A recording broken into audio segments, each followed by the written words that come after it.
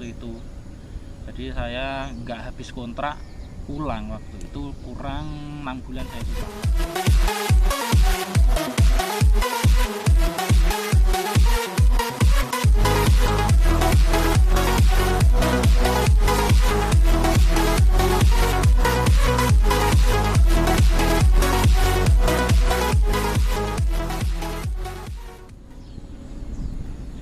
Assalamualaikum warahmatullahi wabarakatuh. Ketemu lagi ya. Di video kali ini saya mau berbagi pengalaman, berbagi cerita bagaimana saya dulu bekerja ke Taiwan. Saya pertama kerja ke Taiwan tahun 2012 melalui salah satu PJTKI atau PT di Jakarta. PT yang lumayan besar ya, lumayan terkenal juga. Tapi saya nggak langsung lewat PT, tapi saya melalui sponsor atau PL atau ya orang yang perantara lah yang membawa saya ke PJTKI tersebut dengan biaya 38 juta. Itu saya prosesnya nggak lama, cuman sekitar 1 bulan sudah berangkat ke Taiwan. Nah, waktu di Taiwan ternyata bahasa itu sangat penting. Awalnya saya kan juga bertanya sama orang yang jadi perantara tersebut kan. Saya tanya, saya 1 bulan kok sudah mau berangkat ini nggak ada persiapan sama sekali kecuali persiapan biaya, kan nggak, bahasanya nanti gimana? Udah, bahasa gampang katanya, orang di Taiwan itu nggak penting kalau kerja pabrik bahasanya. Ternyata sampai di sini ya kayak orang apa ya, bingung lah, diajak ngomong apa, disuruh ambil tang, ambilnya obeng, disuruh ambil palu, ambilnya tang, ya kayak gitulah, nggak ngerti sama sekali, taunya cuman hao puhao kayak gitu. Biaya ke Taiwan waktu itu ya rata-rata emang segitu ya, sekitar 30-40 waktu itu. Waktu itu saya nggak ada potongan sama sekali, 38 itu langsung nerima gaji bersih. Ya potongannya potongan wajib, potongan mes, potongan askes dan lain-lain, potongan agensi seperti itu, seperti pada umumnya lah. Kan semua yang kerja di Taiwan pasti mengalami itu potongan wajib tiap bulannya. Biayanya segitu besar waktu itu saya dapatkan dari hutang, dari pinjem. Soalnya ya orang kalau yang pemikirannya usaha pasti, wah uang sebanyak itu buat apa, buat cuman kerja di luar negeri, kenapa nggak dijadikan modal usaha aja. Ya mungkin kalau duit saya pribadi ya pasti berpikirnya seperti itu, mendingan saya pakai modal daripada buat kerja ke luar negeri. Itu kan duit hasil utang. Kalau saya pakai usaha, saya belum tahu usaha apa juga ya, kalau berhasil, kalau gagal kan gimana bayarnya. Jadi kalau kerja ke luar negeri ya paling enggak setiap bulannya kan bisa bisa ditunggu lah gaji buat nyicil utang. Oh ya, saya pakai masker ini karena kalau di luar harus wajib pakai masker ya. Kalau nggak pakai masker nanti ketahuan orang, difoto, laporin polisi, bahaya. Jadi harus wajib pakai masker kalau di luar. Ya kita lanjutkan ceritanya. Awal mula nyampai Taiwan, wah saya terkesima ya, kagum, kotanya bersih. Saya nyampe sini itu mendarat sore malam, terus habis keluar dari bandara, imigrasi udah beres, dijemput sama ya pihak-pihak agensi, ada sopir ya, suruhannya jemput, terus diajak ke perjalanan lah, mau ke Tampungan, di Tampung. Terus waktu perjalanan ini yang mengesankan. Saya ini kan penggemar film-film Mandarin ya, film kungfu, Jackie Chan, Andy Lau, Chow Yun Fat dan lain-lain. Pokoknya film-film Mandarin saya ini suka dari kecil. Jadi saya lihat di sini itu di sepanjang jalan banyak lampu-lampu, tulisan-tulisan Cina gitu. Wah, saya bayangin, wah ini seperti di Hong Kong, seperti di film-film yang sering saya tonton. Saya saat ini berada di tempat yang seperti itu, di tempat yang dari kecil itu saya, wah pokoknya saya suka lah, senang pokoknya waktu itu baru datang. Nah, udah nyampe di penampungan, di situ mulai ya yang tidak mengenakkan. Cuman di waktu itu di tampungan saya termasuk lumayan bersih dan rapi daripada teman-teman yang lain ya. Saya datang sekitar berapa orang, sekitar 20 orang di dalam situ, tapi ruangannya sangat luas soalnya itu tempat medikal. Saya ditaruh di lantai 2, pokoknya di ruangan terbuka gitu. Terus cuman dikasih matras, ya udah tidur kayak gitu. Nah, di situ belum pernah tahu yang namanya naik lift kecuali di Jakarta waktu proses tato ya, terus sama CCTV juga nggak pernah tahu. Nah, waktu itu nggak bisa tidur, pada kelaparan kan,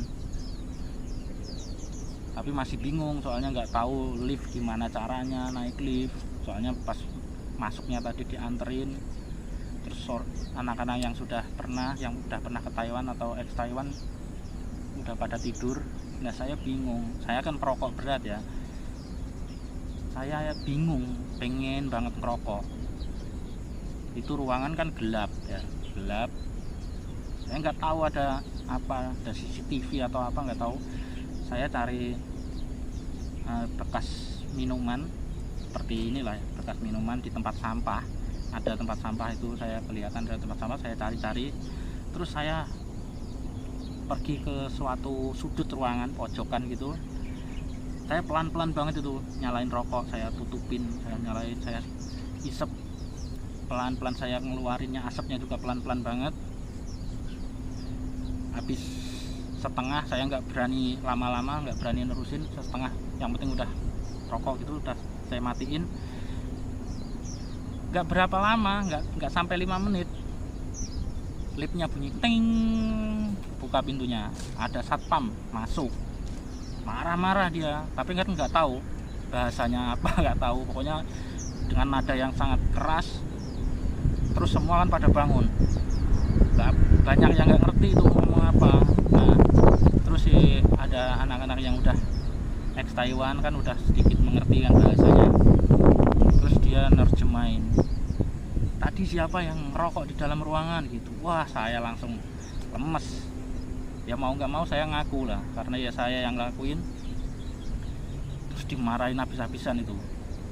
Terus sama satpamnya malah dikasih apa ya, dikasih petunjuk kalau mau keluar begini. Jadi malah disaranin kalau mau ngerokok di luar, jangan di dalam gitu, nggak jadi marah-marah. Terus habis itu keluar, saya dari Indo itu cuman bawa bekal rokok beberapa bungkus, nggak bawa makanan sama sekali, nggak bawa duit, karena sama orang yang membantu saya tadi, orang perantara tadi kan, saya tanya harus bawa uang saku berapa. Nggak usah bawa uang saku, di sana udah dijamin makannya sama pabrik, jadi kamu nyampe Taiwan langsung kerja, katanya orang itu kan begitu. Jadi saya nggak bawa duit sama sekali, nggak bawa duit sama, cuman bawa duit rupiah itu 7.000 rupiah. Saya ingat betul itu 7.000 rupiah ada di dalam dompet, selain itu nggak ada sama sekali. Teman-teman yang lain udah pada bawa itu di bandara, pada tukar duit, ada yang tukar duit 1 juta jadi berapa, 1.000 berapa atau berapa gitulah. Yang jelas mereka pada bawa duit, saya nggak bawa sama sekali itu. Nah, pas keluar saya cuma nongkrong di pinggir jalan gitu di depan tempat medikal itu. Terus anak-anak yang pada kelaparan juga pada pergi ke 7-Eleven di dekat situ pada beli makanan. Pokoknya diajarin sama itu yang teman-teman yang udah ex Taiwan. Nah saya nggak punya duit sama sekali, jadi mau gimana ya, cuman punya rokok ya, rokok terus saya, cuman rokok aja. Terus teman-teman udah pada balik, pada bawa makan, bawa roti, ada yang ngasih, udah tak ambil, tak terima. Jadi udah nggak malu-malu, soalnya saya juga lapar waktu itu, tapi kan saya tahan soalnya nggak ada apa-apa sama sekali. Ya pada bawa roti dipatahin jadi 2 dikasih. Jadi teman-teman yang lain kayak gitulah, saling berbagi waktu itu ya. Untungnya saya juga nggak berani minta, menyedihkan pokoknya, itu benar-benar menyedihkan.